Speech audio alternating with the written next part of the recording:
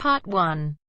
I'm thinking of taking a year off university next year, and I'd like to travel around Europe. First, you have some time to look at questions 1 to 7.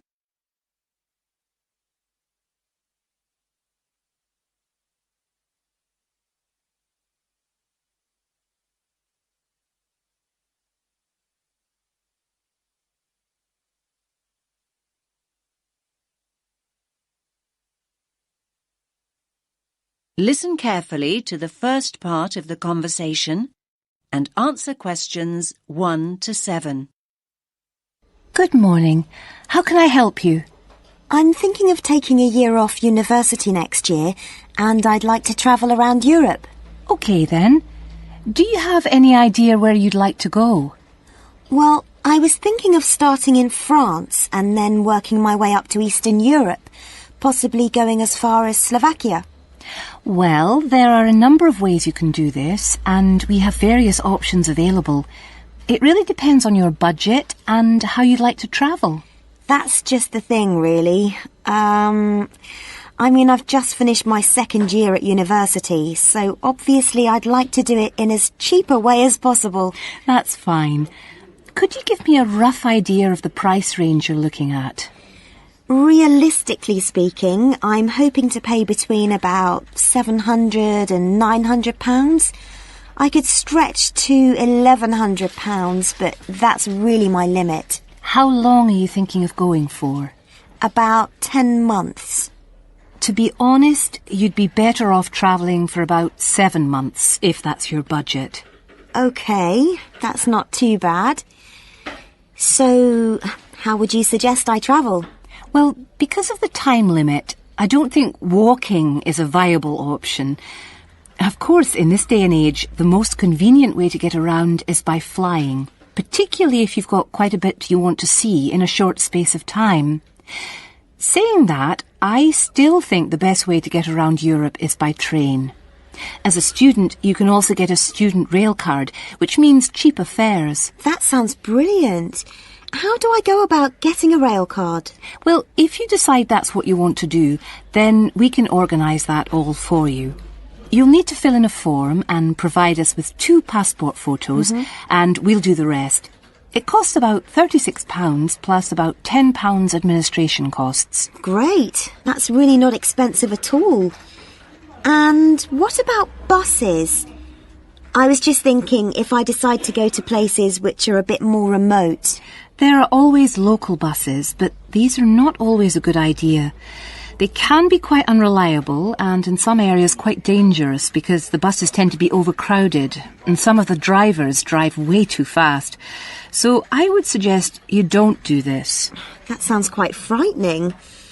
So what are my options then? You could hire a car, but it can be expensive. Still, I do think if you're thinking about going to smaller towns and places which are off the beaten track, then hiring a car is by far the better way to do it. You can also look at sharing the costs by hiring a car with someone else. That's a good idea. I guess I could put a message on the internet. You could do that, but don't forget that you meet people when you're travelling, and you'll probably find someone who's going to the same place as you are. That's true.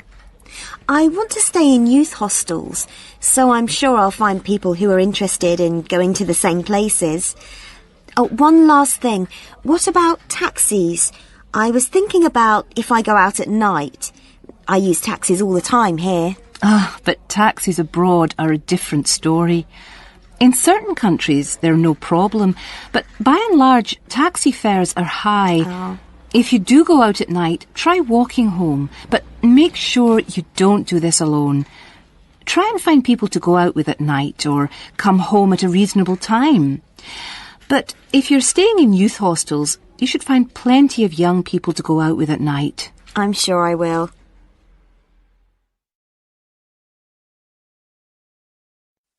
Now you have some time to look at questions 8 to 10.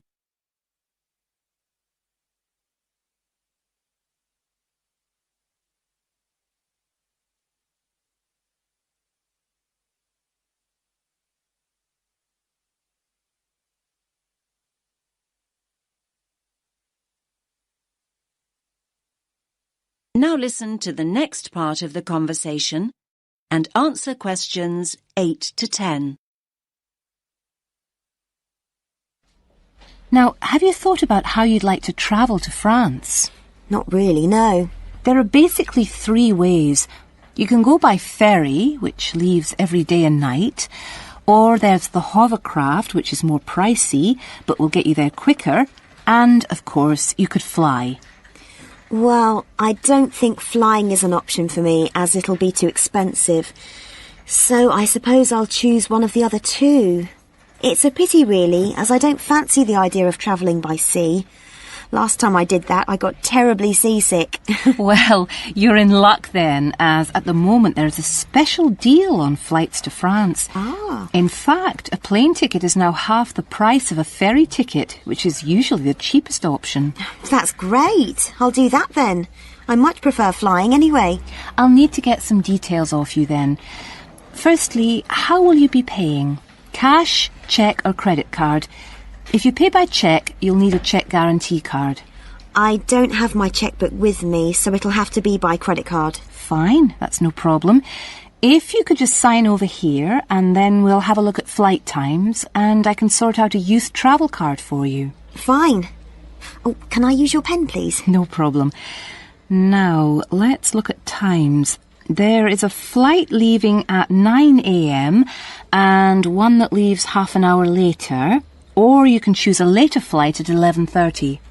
No, I think 11:30 is too late, so I think I'd prefer the flight that leaves after 9. I'm not very good at getting up in the morning. No problem. Just give me a moment. Right, that's booked for you. Please remember that if you want to change this, you must give 24 hours notice or you will lose your place.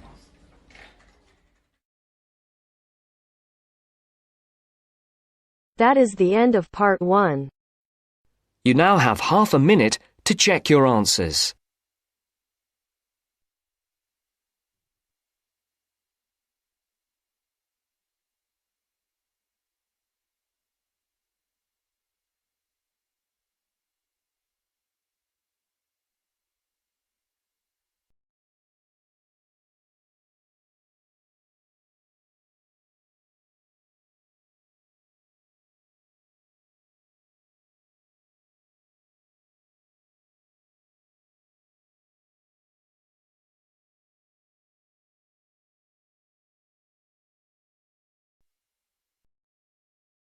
Part 2.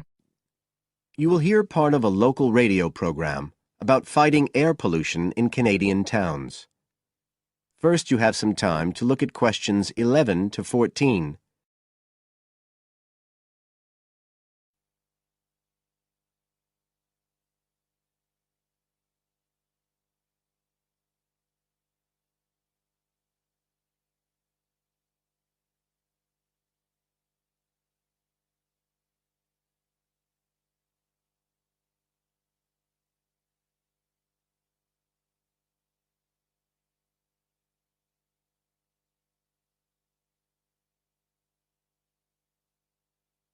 Now listen carefully and answer questions 11 to 14. Good morning, folks, and welcome to the Information Roundup on your own local radio station. This is Larry Knowles talking to you this morning on Tuesday, the 25th of May. And the first item coming up is a reminder to you all out there about Canadian Clean Air Day, which is on June 6th. In case you weren't around for the last one, this is a chance for Canadians everywhere to focus on the problems of air pollution and to actually try to do something to help reduce the problem. How many Canadians do you think die annually because of air pollution? 2,000? 3,000? Well, the rate is a staggering 5,000, and it's likely to grow unless we do something. And it's this concern with your health that's the driving force behind the government campaign that is sponsoring Clean Air Day. So what causes air pollution in the first place? Well, the transportation sector accounts for 27% of all greenhouse gases produced in Canada. It's also the biggest source of that thick, polluted air from traffic fumes that we call smog. And it's the tiny particles and ground-level ozone in smog that are the main causes of health problems and even deaths across the country. Of course, it's worse in the big cities, but researchers have only recently realized that all you need are low levels of air pollution to seriously damage your health, so we're all at risk. You now have some time to look at questions 15 to 20.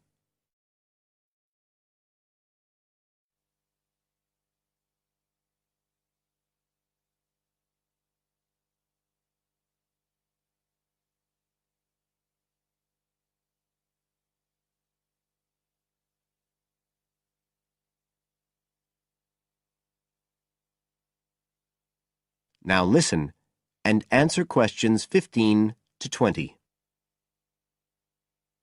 So, what can we do to fight air pollution? Well, it should be pretty obvious by now that the way we get to and from work every day can have a big impact on the air we breathe.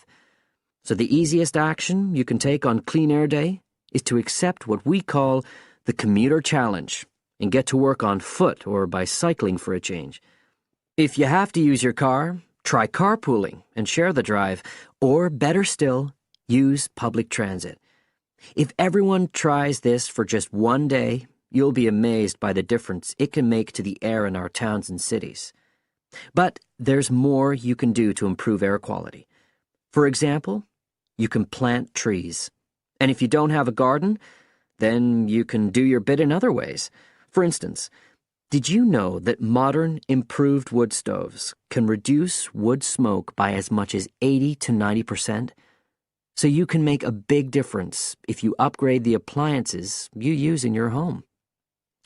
The government is also working hard on your behalf to clean up our air. Its priority is to reduce the emissions that cause smog, and they have clear plans to get there. Last year, Canada and the United States agreed to reduce emissions on both sides of the border between the two countries, and they plan to reach their targets in the next few years. The government's also taking action to get cleaner fuels. It's already reduced the sulfur contained in gasoline, and it hopes to reach the reduction target for sulfur in diesel by next year. But the measures don't just focus on the motorist. The federal government's also working to reduce emissions from power plants and factories right across the provinces. You can find out all about government action and all the plans for Clean Air Day events. That is the end of part 2. You now have half a minute to check your answers.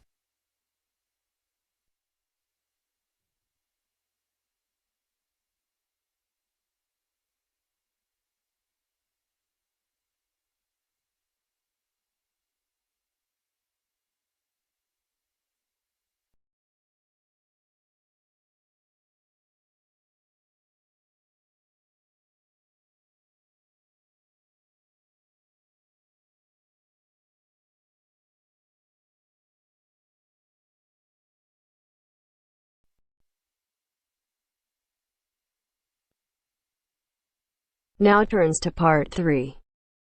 Part 3. You will hear two students discussing the subject of rock art. First, you have some time to look at questions 21 to 27.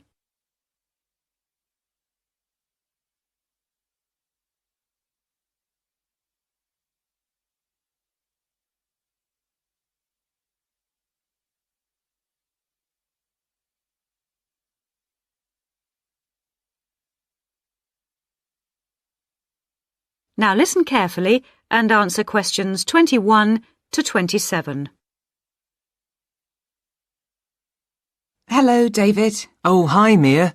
Sorry I'm a bit late. Oh, no problem.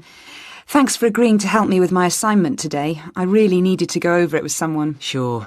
You were going to talk about European rock art, weren't you? Yes, the rock drawings in the caves of Lascaux in western France. Oh, fantastic. Over 13,000 years old, I believe. What sort of drawings are they?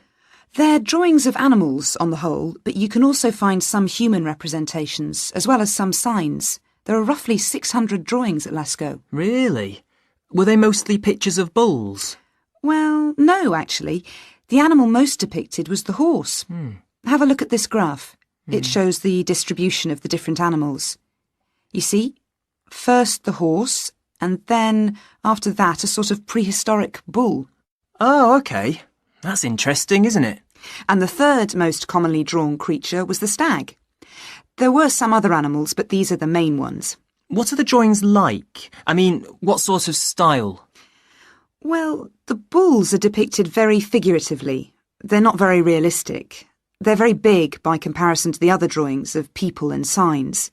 They appear to be almost three-dimensional in some cases, following the contours of the cave walls, but of course they're not. Amazing. Perhaps they felt these animals were the most impressive and needed to be represented like that. Yeah, maybe. The drawings of humans, by contrast, consist of just simple lines, like the stick figures my little sister draws. Perhaps humans were seen as less important. Perhaps. What about the signs? How did they draw them? There doesn't appear to be much evidence of signs, and those that have been found are usually made up of little points. Rather like Aboriginal art from Australia. Yes, something like that, but not as complex, of course. So, apart from the bulls and horses and stags, were there any other creatures depicted? In one or two chambers you do find pictures of fish, but they're quite rare. What sort of size is the cave? It must be quite large to have that many pictures. Well, it's actually a number of interlinking chambers, really. Here's a map showing where the different drawings can be found. Oh, good. Let's have a look at that. The first 20 metres inside the cave slope down very steeply to the first hall in the network. That's called the Great Hall of the Bulls. Here. OK. Then, off to the left, we have the Painted Gallery, which is about 30 metres long and is basically a continuation of this first hall. But further into the cave. Exactly. Then we find a second, lower gallery called the Lateral Passage. This opens off the aisle to the right of the Great Hall of the Bulls. It connects the next chamber with an area known as the Main Gallery. At the end of the Main Gallery is the Chamber of Felines. There are one or two other connecting chambers, but there's no evidence of man having been in these rooms. Before you hear the rest of the discussion, you have some time to look at questions 28 to 30.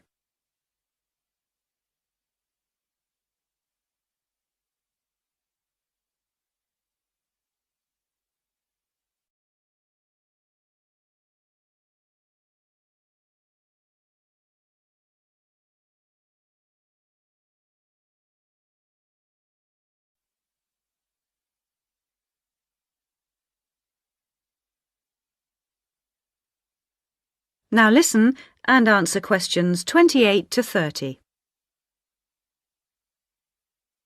Is the cave open to the public today? Well, no, because after the initial discovery in 1940, it was opened and literally millions of people came through to see the drawings. Then, in the 50s, the experts started to worry about the damage being done to the drawings, and the government finally closed the Lascaux cave in 1963. Is that so? It wasn't really the tourists that were doing the harm, but the fact that after thousands of years the cave was suddenly open to the atmosphere, and so bacteria and fungi started to destroy the pictures. You need a special permit to enter the cave now, and very few people can get that, unless they're scientists or have some official status. It's a shame, but I can see that they had to do something to protect the cave. So that means you can no longer see this rock art? Well, not exactly. What they've done is recreate the drawings in a man-made cave, which you can visit. Oh, brilliant. Yeah, the authorities decided to reproduce the two best sections of the site, so they've created a life-size copy of the Hall of the Bulls and of the Painted Gallery. It's just a cement shell, which corresponds in shape to the interior of the original. So now you can visit the caves without actually harming any of the 13,000-year-old paintings.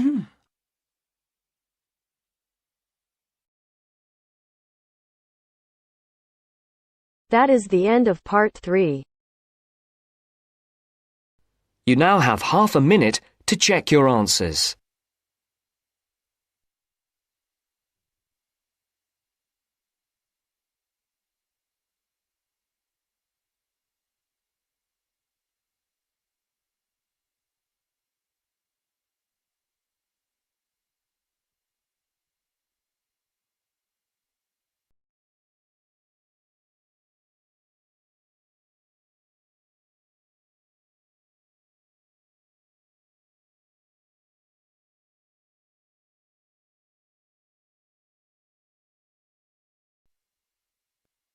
Now turns to Part 4.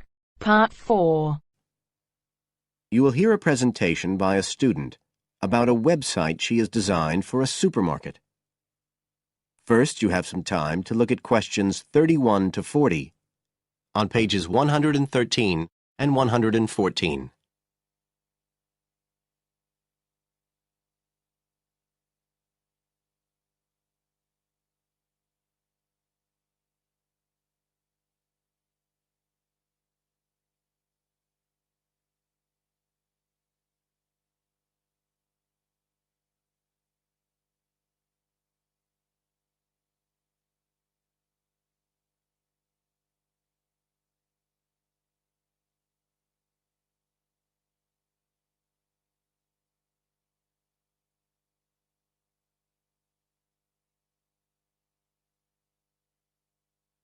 Now listen carefully and answer questions 31 to 40.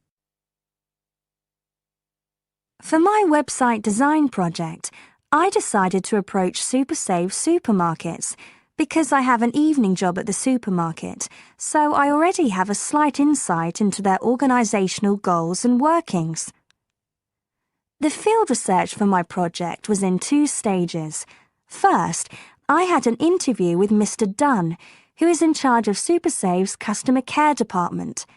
I discussed the project with him in order to identify the supermarket's requirements. Mr. Dunn said customers are often unwilling to make a face-to-face complaint when they've experienced difficulties with a product or a member of staff or anything related to the supermarket. So he said a website which allowed members of the public to get in touch with the organisation and bring the problem to their attention in a private manner might be very useful, and we agreed that I'd work on this. For the second stage of my research, I devised a questionnaire to put to SuperSave customers. I needed to find out about the customers' experiences of problems together with their attitudes towards making complaints, both directly and indirectly. I used a mixture of closed questions, such as, have you ever experienced a problem at any SuperSave store, and open questions, such as, what would you find helpful about a customer complaint website? I decided to do interviews rather than rely on distribution of the questionnaire, as I felt this was likely to lead to a higher take-up rate. I visited 4 SuperSave stores, 2 in the city centre and 2 in the outskirts, and altogether I interviewed 101 respondents. Then finally, I analysed the results.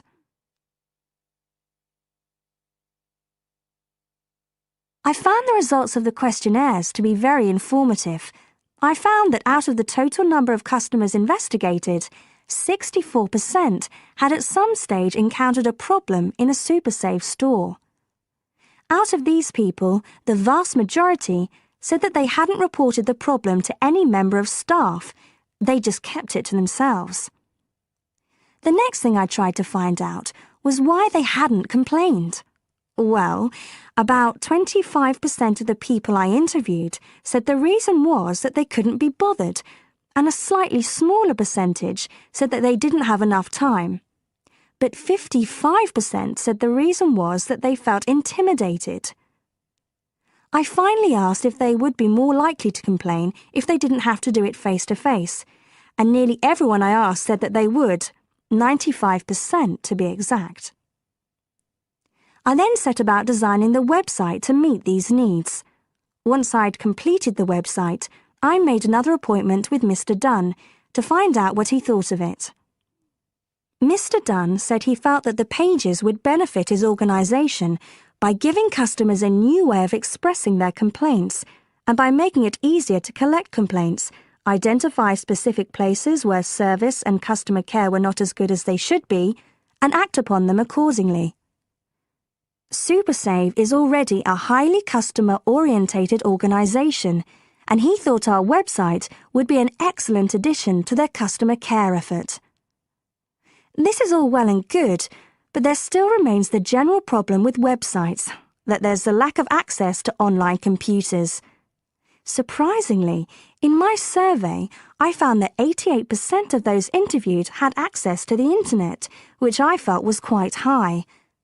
But this access wasn't always direct. For some people, it was through their children and grandchildren and neighbours and so on, rather than being readily available in their own homes. This could prove to be a major drawback to the site, but it is still better to have it now to get the edge over competitors, however slight, and in the very near future, it is expected that almost everyone will have direct access to the internet.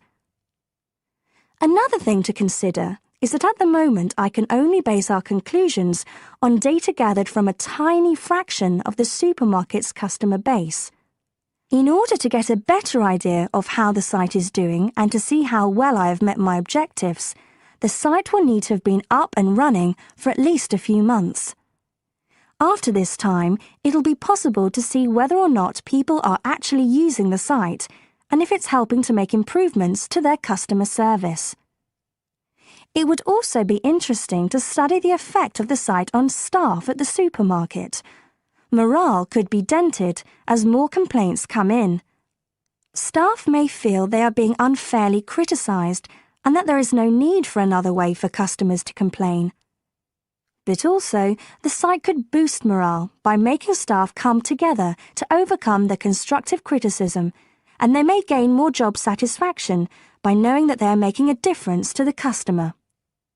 So, overall, I feel my website has met my objectives, but there is scope for improvement and expansion. Are there any questions? That is the end.